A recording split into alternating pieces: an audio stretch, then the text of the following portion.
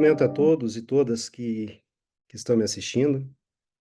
Eu me chamo Flávio Antônio da Cruz e tenho a grata missão aqui de tratar de um tópico aqui da obra do professor Juarez Tavares, né? Sou muito grato ao convite que foi feito pela USP, por meio do professor Dr. Maurício Stegma Dita, né, meu amigo, e também agradeço, enfim, a gentileza da Vitória Carolina Ferreira e do Pedro Badu de Aguiar, né, quem travou contato comigo, enfim. Sou muito grato. É uma honra falar da obra do professor Juarez Tavares, porque ela é projeção da pessoa, né, que é o professor Juarez, né? Alguém dedicado, um exemplo, né? Enfim, alguém que tem assumido lutas, né, em prol da construção de um discurso antipenalista, de contenção dos abusos, enfim, que toma em conta, portanto, o fortalecimento das garantias democráticas e sobremodo, coloca-se como um mecanismo de defesa para as pessoas mais vulneráveis, né, quando se confrontam com o poder punitivo, com os poderes hegemônicos, né? Então, eu agradeço muito esse espaço, fico muito feliz de poder tecer alguns comentários aqui, né? Eu elaborei alguns slides que provavelmente vão ser disponibilizados aí na sequência, né? Mas optei por não fazer essa conversa expondo os slides na tela, porque acho que pelo tempo acaba não sendo muito oportuno fazer isso, né? O risco é de divagação, né? Enfim. Mas creio que isso possa ser repassado, então, depois para vocês.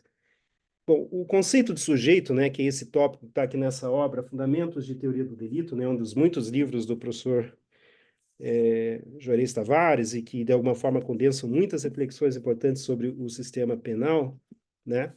Ela trata, eu tenho a primeira edição aqui, mas na segunda isso está lá nas páginas 153 e diante, né, até 164, do conceito de sujeito no âmago do sistema penal, né?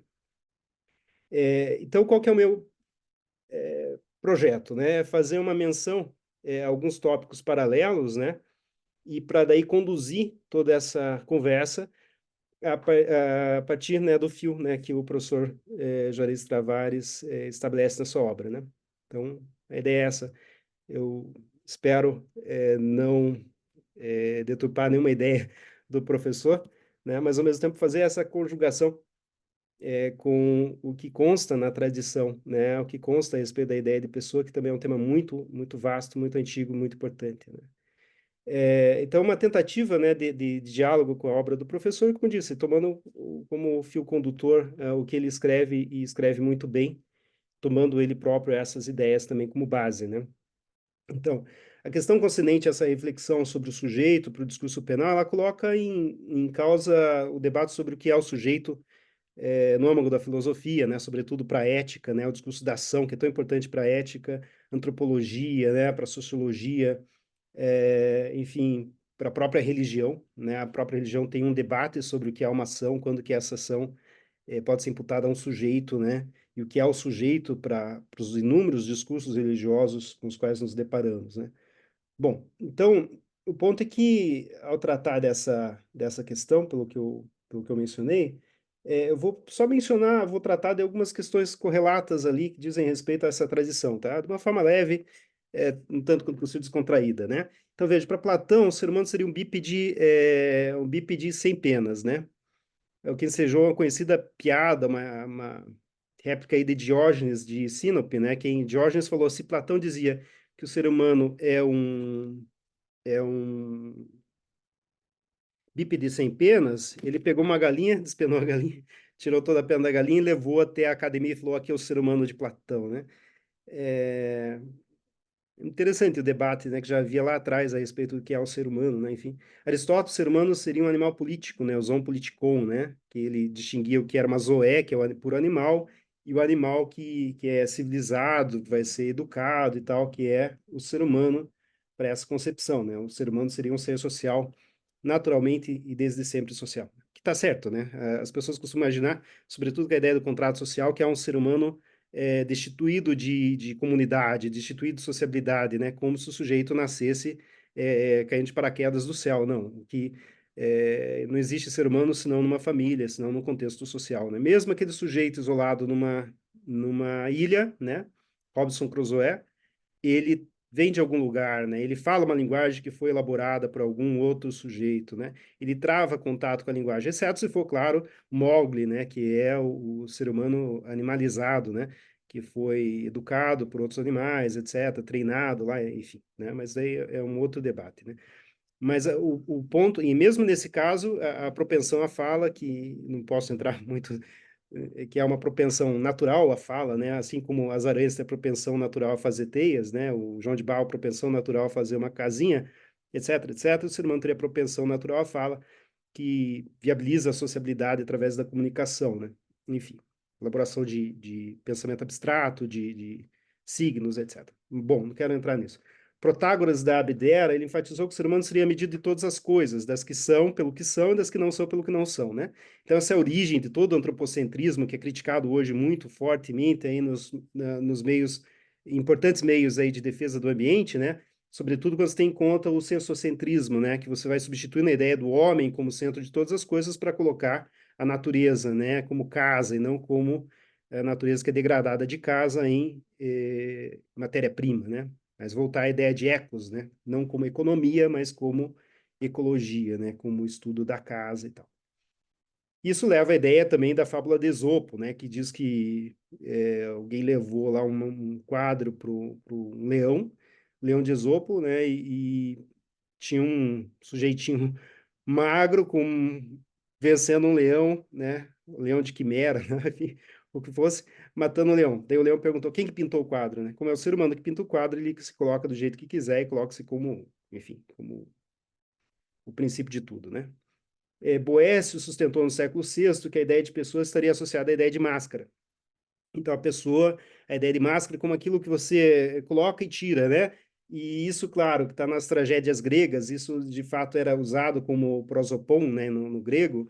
As máscaras eram utilizadas nessas tragédias para representar vários personagens, né? Como é sabido, as mulheres eram quase escravizadas na Grécia Antiga, que é dita democrática, mas a democracia não tinha tanta coisa. E então os personagens lá, eles podiam representar homens, mulheres, mas a partir dessas máscaras em que os sujeitos se revezavam, né? Concepção, por vezes, invocada pela psicanálise. A psicanálise usa muito essa ideia de pessoa com uma máscara que o sujeito veste e se representa na vida de relação, né? Então, José de Oliveira Ascensão, né, conhecido civilista e tratadista lusitano, né, português, ele sustentou ter havido uma certa inversão, porque o que acontecia é que a pessoa, né, que de um tempo a máscara ocultava a personalidade, e depois a pessoa veio a significar algo que mostra a personalidade, que mostra os atributos internos e também externos para que o mundo conheça, o conjunto de atributos que é relatado e consolidado na ideia de pessoa, né? Já por outro lado, Carlos Fernandes Cessarego, né, sustentou uma obra bastante famosa por conta disso, que pessoa teria origem, na verdade, no etrusco, né? O etrusco presu, né, que o fresu, não sei como se pronuncia exatamente isso, mas se dizia algo como soar através de, né? Ou ter um movimento, ou ter som, enfim, barulho através daquilo que era a máscara.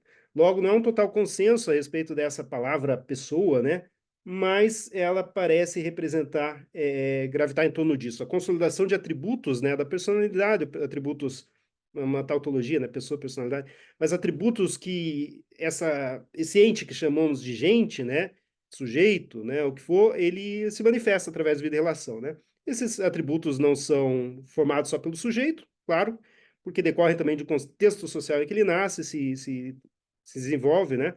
Se cada um de nós aqui que nos deparamos com todo esse discurso, se tivéssemos nascido há 1000 anos atrás, claro que o debate seria outro. Se tivéssemos nascido numa outra cultura, né, a cultura talibã, por exemplo, o debate seria evidentemente outro, né?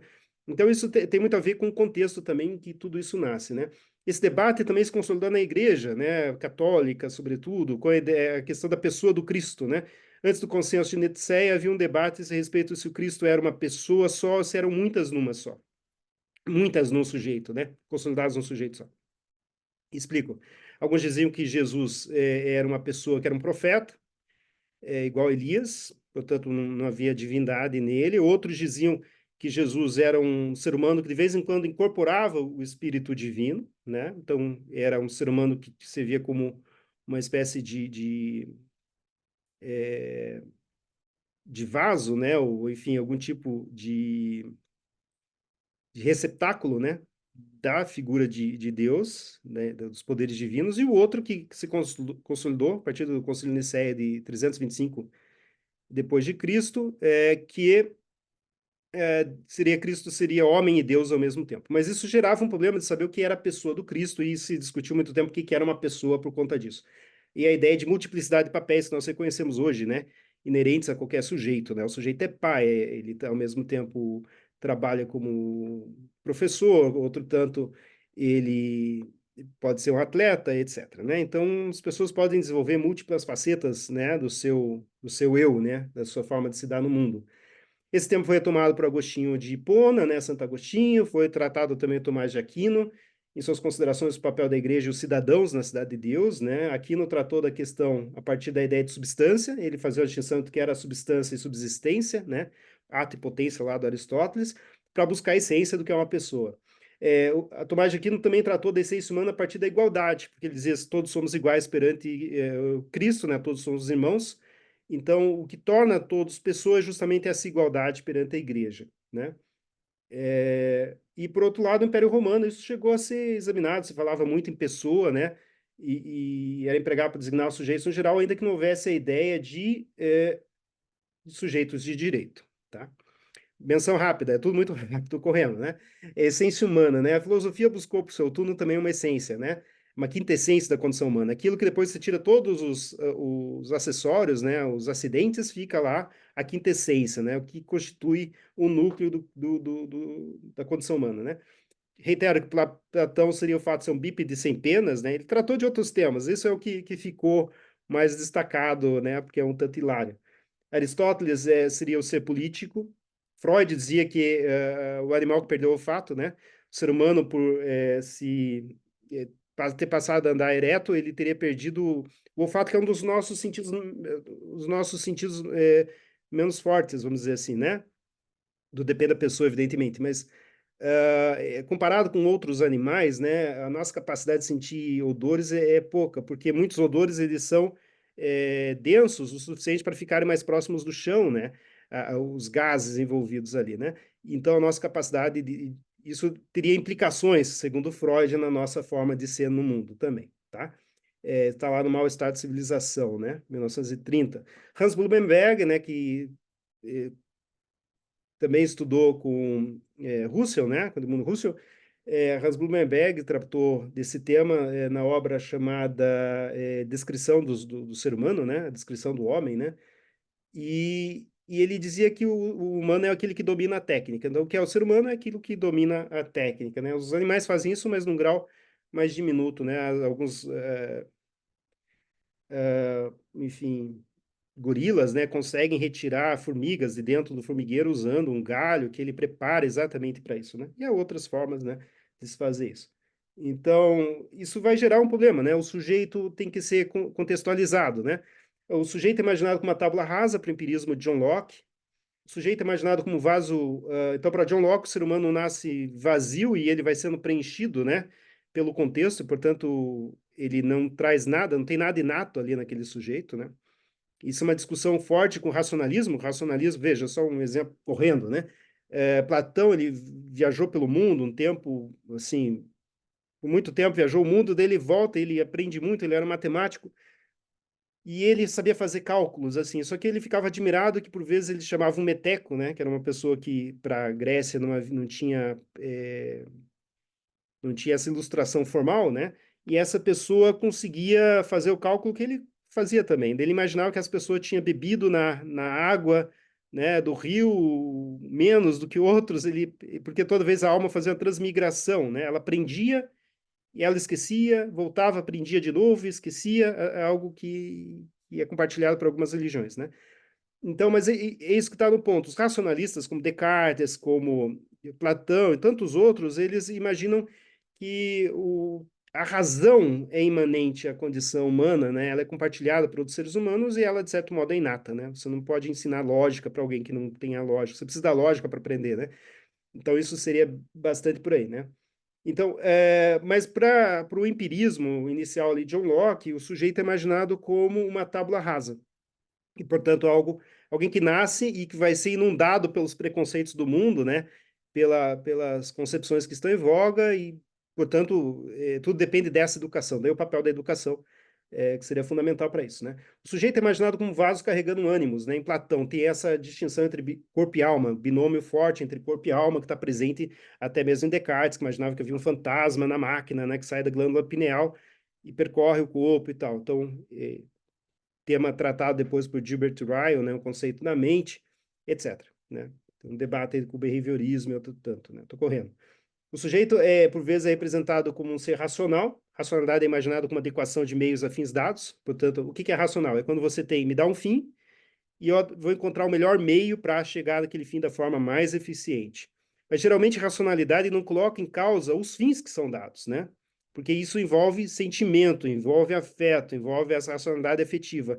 A racionalidade instrumental, ela simplesmente é o sujeito que trabalha para ganhar dinheiro, mas ele pergunta por que ele ganha dinheiro, porque ele quer fazer isso, aquilo, tal, e muitas vezes não tem muito a ver com ele mesmo, né? Aquela ideia do que todo mundo não conhece, o sujeito chega, o pescador está lá, todo distraído, né? Acho que o exemplo não é bom, né? Porque pesca é uma coisa também agressiva, né? Bom, mas imaginar, o sujeito está lá se distraindo de alguma forma, né? E daí chega alguém falando, ah, não, por que você não faz outra coisa para ganhar muito dinheiro e tal? Depois de meia hora de conversa, para quê? Não, para você ter tempo para descansar, né?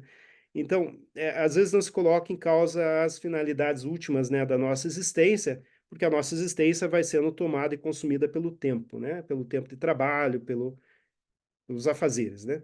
Então, isso leva a um debate que entre Peter Winch e Evans Pritchard, né? Pritchard foi os dois são grandes antropólogos, né? O Pritchard ele foi um antropólogo que estudou os povos da Polinésia e tal, a respeito da racionalidade, tá? O que interessa isso, né?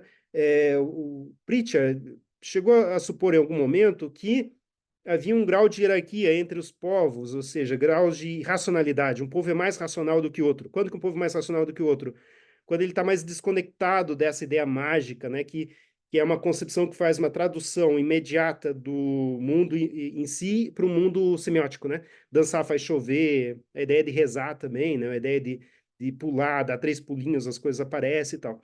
Então, para alguns povos, tudo é mágico, e daí para ele imagina que isso ainda não é suficientemente racional. O Wundt diz que há um preconceito nisso, porque a racionalidade é um conceito eurocêntrico, e, portanto, ele não poderia ser utilizado para avaliar outras culturas, né? É a mesma coisa que você utilizar a sua ferramenta para avaliar a forma como outras pessoas trabalham, né? Então, não teriam como fazer isso. Seriam culturas que não poderiam ser avaliadas a partir desse critério. Então, mas esse é um debate inconcluso, está na obra do próprio Habermas, né? Isso está na questão de, por exemplo, se nós poderíamos ou não poderíamos ter direito de intervenção, né? O Uruguai começa a escravizar pessoas. Nós devemos ou não devemos interferir ali, né? A gente deve considerar isso como uma questão cultural? Não pode, né? Em princípio, não. E quando se fala, então, do infanticídio Yanomami, nós devemos interferir ou não? É a mesma questão com outros holofotes, né? Algumas nações Yanomamis, quando nascem gêmeos, eles matam uma das crianças por imaginar que o espírito se quebra, né? Isso está em debate junto ao Supremo. Então, há várias formas de se enfrentar ou de se dialogar com isso, né?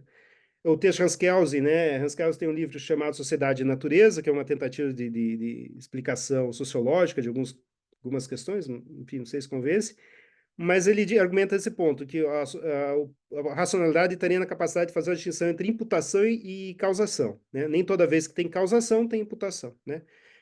Não é porque alguém caiu em cima de outra pessoa sem querer que ele vai ser responsável por isso, né? Então, isso tem que ser tomado em conta. Tem um filme antigo, acho que é o Ben-Hur, né? Que uma das passagens alguém cai em cima de sem querer, alguém empurra e ele cai em cima de uma biga que tem um senador, sei lá, roubando, né? Que no mesmo instante manda que ele fosse condenado à morte, não quer nem saber se ele tem culpa ou não tem culpa pelo que aconteceu, né? Enfim, Heidegger diz que o ser humano é um ser orientado à morte e habitado pela angústia, né? Por ter consciência da própria finitude, ao contrário de outros animais. Isso também está em Nietzsche, né? Um texto fantástico quando Nietzsche dialoga sobre a história, né? Nas seus textos póstumos, né? Que é a importância e a necessidade da história para a vida, né? Que ele vai comentar como que o gado vê a história e como que o ser humano se defronta com isso. Mais ou menos a mesma coisa, né? Então, e aí chegamos em Karl Marx, né, que também foi mencionado pelo professor Juarez Tavares. Veja, Karl Marx, na introdução dos Oito Brumários, diz assim, como todo mundo sabe, os homens fazem a sua própria história, mas não fazem como querem, fazem apenas no limite das circunstâncias que lhes são dadas, né?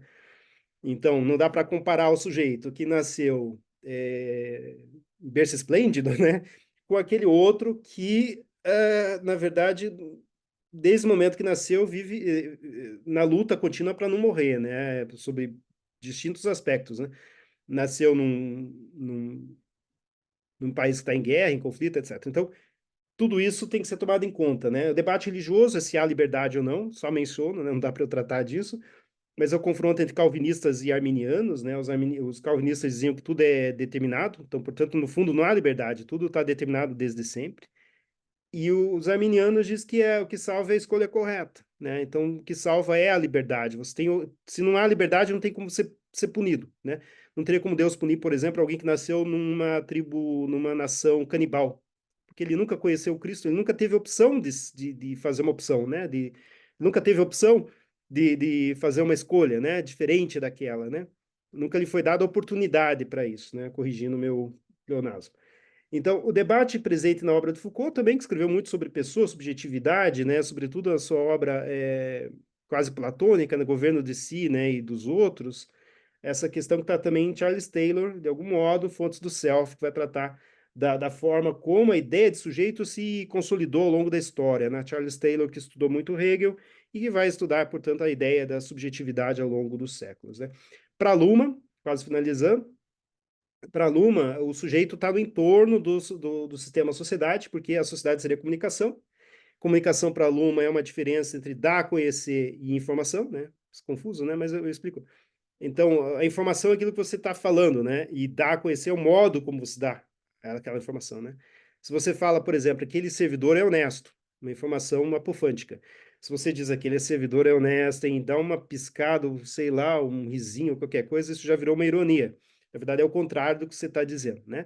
Então, por isso que mesmo a coisa mais simples do mundo, como clicar num botãozinho, num ícone ali do Facebook, né? Como curtir, pode gerar ambiguidade sempre, porque a ambiguidade é inerente à comunicação, né? Não tem como escapar disso, certo? Alguém divulga lá uma notícia de que houve um crime bárbaro, né? Você curte. Daí o que que você está curtindo? É que o fato de que alguém compartilhou ou é a ideia de que teve o crime, né? Dependendo do caso, pode gerar essa situação um tanto ambígua, né?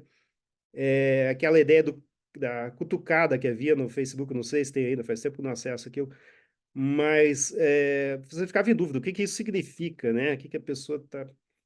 Enfim, pode significar um monte de coisa, tudo dependendo do contexto das pessoas envolvidas, etc., né?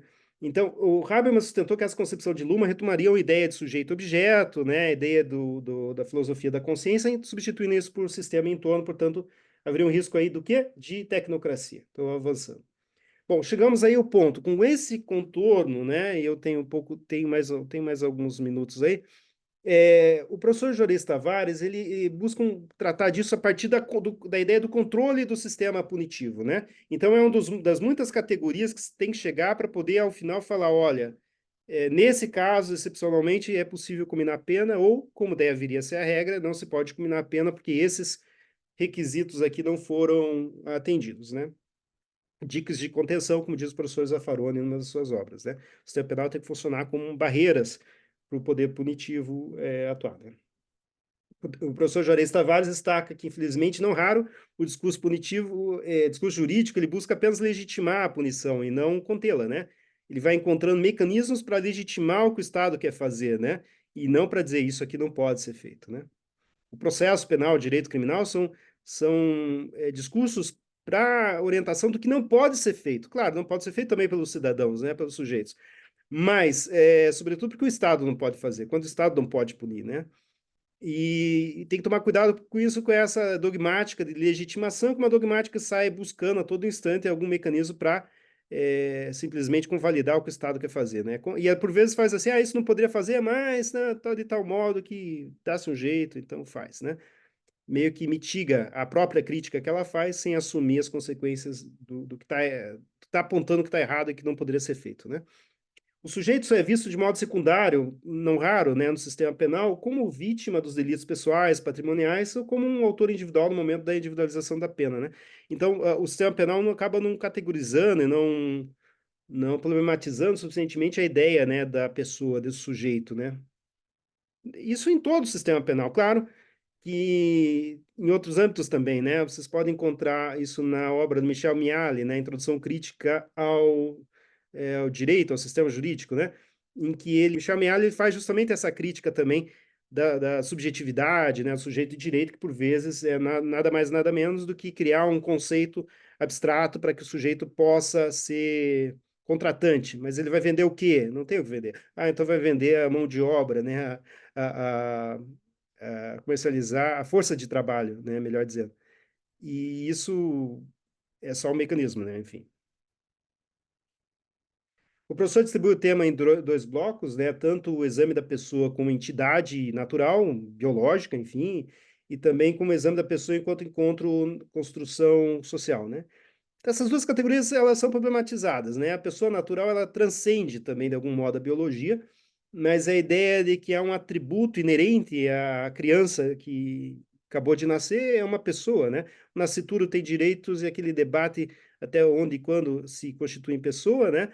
Não vou entrar nisso, o debate também transita a respeito do aborto e outros temas, né? Há quem diga que a ideia da pessoa surgiria com a formação do córtex pré-frontal, com a ideia do maestro, né? Isso está lá na obra do Antônio Damasio. E outros dizem que não, que a pessoa surge com, na verdade, com vida, né? Nascimento com vida, que é quando se pode manifestar em algum grau maior ou menor uma certa autonomia, né? Bom, não vou entrar nesse tema, mas ele poderia ser buscado aqui nessa fonte, tem uma certa conexão, talvez mais tênue, mas tem uma certa conexão com esse assunto. Os atributos que caracterizam o sujeito como entidade natural, embora relevantes para distinguir de outros seres, né, entes da natureza, não são suficientes para fazê-lo responsável pelos seus atos. O que o professor está dizendo, está lá na página 154, é que nem todo sujeito vai poder ser responsabilizado penalmente, né? Claro, isso é bem claro.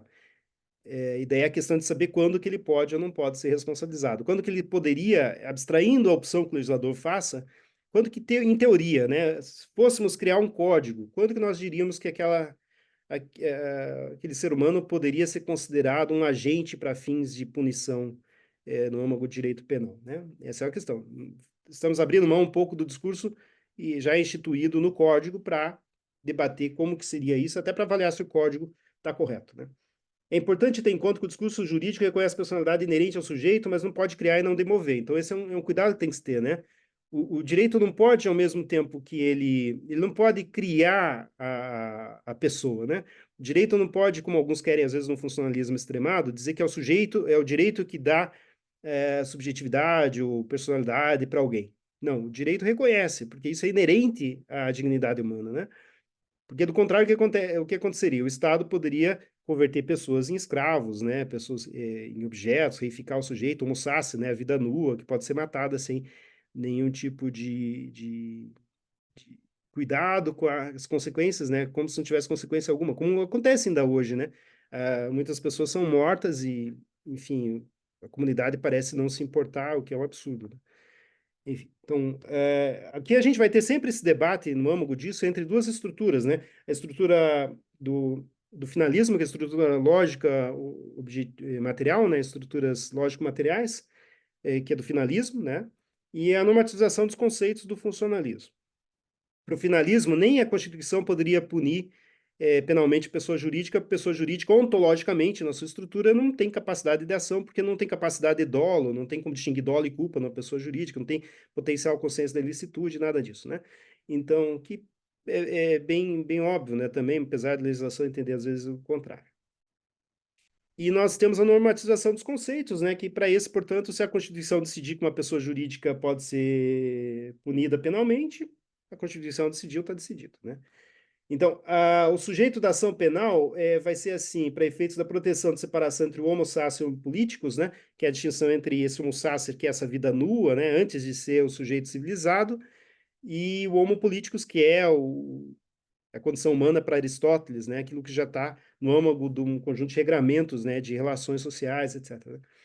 O homo, reitero, então essa transição, ela é complicada, porque o Homo sapiens só existe numa sociedade bastante autoritária, que diz que tenta despir os sujeitos daquilo que lhes é natural, né? É um debate de direito natural, no fundo, né? É natural ao sujeito essa condição de dignidade, é algo que está discutido lá com o Antígona, né?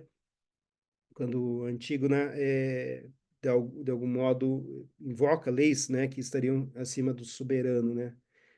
Enfim. E o Homo sapiens com uma vida nua, né? A vida matável está lá em George Agamben, né? Que trata também desse assunto com bastante interesse também. O conceito de sujeito, segundo o professor Juarez Tavares, é um tanto como entidade natural e como pessoa responsável, é um conceito normativo. Então, ele vai dizer que ainda que tenha essa bagagem, essa base que é natural, seria uma discussão normativa, né? Eu, como mencionei, fiz só aquela ressalva que tem que tomar cuidado que se o Estado pode ou não pode retirar isso, mas o professor faz essa observação com bastante cuidado, né? A partir de um viés democrático, né? Partindo do pressuposto de que essa normativização vai ser feita da forma adequada, né? Agora, para o professor Juarez Tavares, só tem significado em uma relação jurídica configurada a partir da garantia da liberdade. Portanto, só podemos falar em pessoa diante de alguém que tenha condições de agir com uma certa autonomia diante de proibições, permissões, né? Essas relações todas. Deve-se ter em conta a necessidade de se aferir se o alvo da imputação é uma pessoa, né? Descartando quando não seja, né? Então, o professor Juarez Tavares, ele descarta, claro, e muitos pensadores fazem isso, por óbvio, né? A responsabilização penal da pessoa jurídica nessas condições, porque ele está pressupondo para chegar na ideia de pessoa responsável, tem que antes passar pela pessoa natural, né?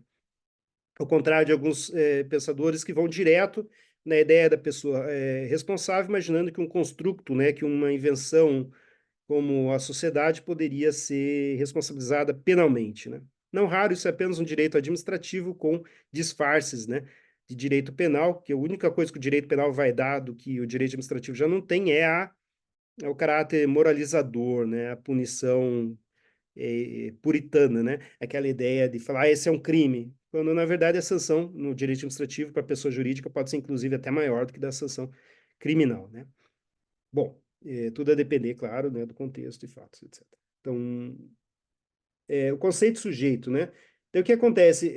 O professor Juarez Tavares, ele enfatiza que a identificação da pessoa é o primeiro passo para saber da existência de uma pessoa real, né?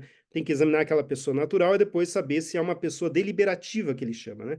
Pessoa deliberativa, o professor Juarez Tavares, ele enfatiza isso, é uma pessoa que vai ter autonomia. O que é autonomia? É o governo de si, né? Ele tem capacidade de governar a sua psique de algum modo, né? Governar seu corpo, né? E, do contrário, para fins penais, exclusivamente penais, ela não seria reputada uma pessoa imputável, né? Que ele chama de pessoa deliberativa, né? A imputabilidade está muito presente aqui nesse discurso, né? Porque a imagem que você pode ter, por exemplo, de alguém que sofra de um grave quadro de transtorno psíquico, que ele não tem condição alguma de saber o que está fazendo, né? Que ele vive alucinado, talvez, pelo mundo que o rodeia e tal. Então, essa pessoa não vai ter condições mínimas de ser responsabilizado penalmente por lhe faltar essa autonomia, esse governo de si, né? Como dizia Foucault. Então, o professor Juarez Tavares, ele cunha essa ideia de pessoa deliberativa que vai se agregar a essa ideia de pessoa natural, e claro, que é uma pessoa responsável. O conjunto disso é a pessoa penalmente responsável, que pode ser, portanto, autor, cúmplice, partícipe de um delito, né? Mas isso antecede a própria normativização. Ele está fazendo um discurso que é um discurso de bagagem antecedente, quer dizer, antes de criar um código, essa categoria já se coloca, né? O professor não está teorizando em cima de uma bagagem normativa já existente, né? Ele está refletindo o que seria uma antropologia para o direito criminal e discorre sobre esses temas com uma profundidade muito importante, né? O professor tem aquela capacidade que não são muitos que têm de escrever muitas vezes em poucos parágrafos, né? Isso é bastante interessante. Então, eu menciono que essa ideia de sujeito, né, está presente no positivismo lá do A.J. Ayer, né, que escreveu o conceito de pessoa em outros ensaios. Carol Volatila, né, até tem esse livro aqui que é interessante, deixa eu vou ficar mostrando, mas enfim. Carol Volatila escreveu um livro também sobre pessoa papa, né, sobre pessoa e ação. Então tem discussão na igreja, né? tem rituais de interação do Goffman, também tratar de pessoas, né? O Mead tratou de pessoas ao tratar da mente, né? Enfim, interacionismo simbólico do George Mead, né? Mind, Self and Society, né? O Erving Goffman, representações na vida cotidiana, também tratou desse tema. Estou quase finalizando. O conceito de sujeito, portanto, coloca em causa a identidade do sujeito, que pode depender da sua constituição orgânica e de outros fatores, nunca apenas a sua constituição orgânica, né? Vai depender, portanto, das correlações sociais que se colocam sobre esse cidadão, sobre esse sujeito, né? Enfim, esse ente, se preferir, com risco de reificação, né? Mas, enfim, esse quid, né? Ou esse quem, né? Vai ser considerado pessoa partindo para o direito criminal na medida em que sejam agregadas essas condições todas. E, portanto, pessoa jurídica, reitero, está fora, mas o sujeito, enfim, natural, não, né? Obviamente. Tudo a depender desse contexto que tenha essa autonomia que eu mencionei. Portanto, criança, né, o adolescente. Hoje, a adolescência, como é sabido, ela está mais tardia, né? Antigamente se falava que alguém tinha responsabilidade a partir dos 18, 21, né? Hoje há pessoas com 34 anos que com certeza são adolescentes. Então, aquela ideia de que a minoridade penal tem que ser reduzida, talvez em alguns casos devesse ser majorada. Não vai nisso nenhum preconceito, tá? É só um comentário jocoso, mas enfim, é só para mostrar que na verdade, a sociedade, seus valores, seus vetores devem ser tomados em conta, em devida conta, né? E porque eles constituem, em alguma medida, a nossa subjetividade. Nós podemos achar que somos o que nos tornamos a partir de nós mesmos, ou qualquer coisa assim. Tem gente que se imagina, né? Sujeito que se faz sozinho, né? Tem aquela estátua famosa, né? Do sujeito que está se entalhando, né? Ele próprio está se criando, mas isso não acontece, né? Ninguém surge no vazio e no vácuo, né? Não há como ter o Barão Munchausen se puxando pelo cabelo, né? Ou pelas botas, o Barão Munchausen cai no lodo e se puxa sozinho, né? Não, não é possível isso. Então, o que acontece? O professor Juarez Tavares também diz que é impossível uma tentativa descritiva, porque você nunca vai poder descrever a personalidade desde fora, né? Você precisa examinar os envolvidos. Aí precisaria do que se chama na sociologia de metodologia, né? O que é etnometodologia? Você vai morar com a comunidade que você quer estudar. Você tem que conhecer os valores desde dentro, né? E não apenas desde fora. Tem essa diferença, né, entre descrever valores e, de algum modo, sentir o peso do valor, não é isso? Você pode descrever os valores de uma sociedade, mas você não pode dizer se esse valor está certo ou se está errado, sem compreendê-los de uma forma bem profunda, né? E aí que vem essa dificuldade, muitas vezes, porque as pessoas querem descrever a personalidade desde fora, sem examinar todos os seus vetores, né? Essa diferença entre observação interna e externa é do Hart, né? Lionel Hart. E Wittgenstein dizia que é impossível você compreender a psique humana, a psique alheia, né? O sentir a dor alheia, etc., né? Nós teríamos como ter acesso a isso, né? Sua alegoria do escaravelho numa caixa, né? Que está se movimentando, todo mundo tem um escaravelho dentro de uma caixa, ele sabe que o nome é escaravelho, mas ele não pode olhar a caixa do outro, ele só sabe que tem dentro da sua. E a sua mesmo ele está mudando todo dia. Então, se quer na sua, ele tem como saber. A gente não domina nem a própria psique, né? Então, enfatiza que para Aristóteles o elo comum entre distintos sujeitos estaria na racionalidade. Daí a gente cai num outro tópico que eu tenho que correr aqui para o tempo não avançar. Então, o que acontece? Isso vai cair numa diferença que é fundamental entre racionalidade afetiva e racionalidade instrumental. Racionalidade afetiva é a capacidade de sentir empatia, né? Sentir a dor do outro como se fosse sua, né? Tem gente que tem uma dificuldade com isso. Tem outras pessoas que não. O menor sentimento de dor que outra pessoa está sentindo, ele se condói, né? Ele sofre junto, né? Isso está estudado lá, como gerar isso, como criar empatia. Essa é a grande questão, né? Esse é o tema fundamental.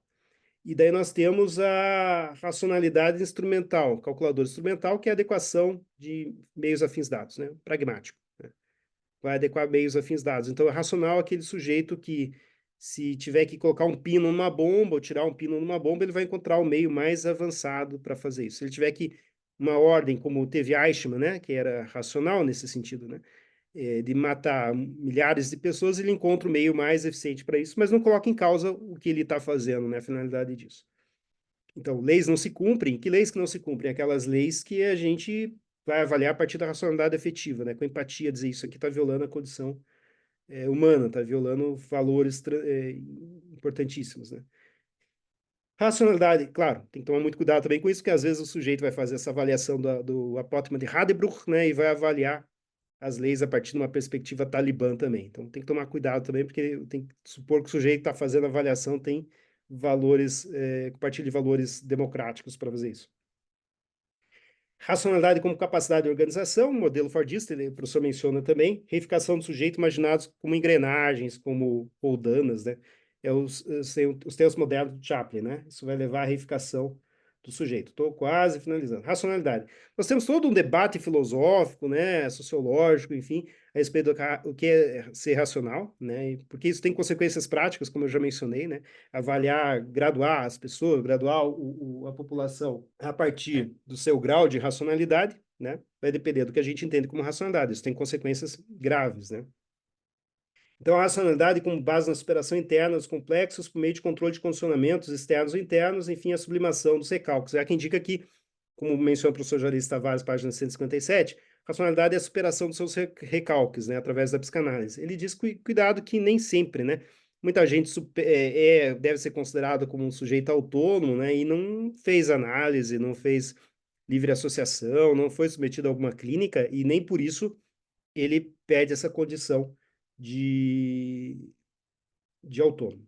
Tem que comparar com Freud. Freud dizia na responsabilidade moral pelos sonhos, né, que o sujeito é responsável pelo seu inconsciente, né, e pela sua subjetividade inconsciente, né, suas pulsões, seus desejos, né. Então, isso é um tema que sempre me chamou a atenção na obra de Freud, né? Que você lendo Freud, imagina que ninguém é culpado, né? E de repente, quando ele diz que você é culpado pelo que você sonha, parece esquisito, mas ele fundamenta isso de alguma forma, né? Capacidade de orientar-se segundo um juízo moral, portanto, o idealismo alemão dizia que é racional quem pode seguir normas ou quem pode cumprir códigos morais. Questionável, né? Porque isso nunca vai admitir um juízo que não seja cultural de uma determinada cultura e, portanto, daí você fica refém dessa bagagem cultural, nunca vai ser neutro isso, nos dizer o professor Juarez Tavares, né? O Stoker propôs considerar o conceito de pessoa a partir de uma decisão metodológica, né? Um conceito autônomo, ou se estaria subordinado ao conceito de ação, daí tem um debate a respeito disso, tá? Então, tem todo esse debate que vai chegar até em Kant, né? Mas daí ele diz que não é bem ou mal a autonomia do sistema kantiano de iluminista, né? Mas é um conceito de autonomia que deve ser conjugado com o exame do contexto social, nunca pode se esquecer isso. Daí ele menciona vários autores, Donald Davidson, né, que é filósofo da ação, da ética, né, que escreveu bastante sobre isso, Habermas escreveu muito sobre teoria de comunicação comunicativa, né, um debate profícuo aí com vários autores, o exame que ele faz de Marx, de Weber, né, e do próprio Karl Popper e tantos outros. A capacidade de avaliar condutas demais, né, Günther, né, também menciona a direito e resistência do Honneth, né, e pessoa deliberativa que torna, em vez de concluir. Esses atributos conduzem uma pessoa deliberativa com uma disposição que possui autoconsciência da sua própria existência, e também de valorar seu próprio comportamento e correlacioná-lo com os comportamentos das mais pessoas. Enfim, essa é o governo de si, né? Essa autoconsciência, o sujeito tem capacidade de refletir sobre o que está pensando, sobre se colocar em suspensão por algum momento, será que eu fiz correto, não fiz correto? Tem uma capacidade de autocontenção, de autorrepressão, né? E daí esse sujeito pode ser, evidentemente, considerado como um autor de um delito, preenchidos os demais requisitos para isso, né? A pessoa deliberativa somente pode ser compreendida a partir do contexto social que se constitui e ela se manifesta. E não vou pular isso aqui por causa do nosso tempo, né? O ponto é que a pessoa deliberativa vai ser a soma de todos esses encadeados aqui que foram feitos, a pessoa, né, natural, e também esses requisitos de contexto, né? Para dizer que vai ser o sujeito que tem essa capacidade de sofrer um influxo comunicativo, né, de normas, e também vai ter condições de tradicionais de racionalidade. Essa correlação dos comportamentos vai implicar, por seu turno, uma outra avaliação do sujeito, que pode, portanto, praticar ação ou, se deixar de praticar ação, depender dessa reflexão que ele faça, né?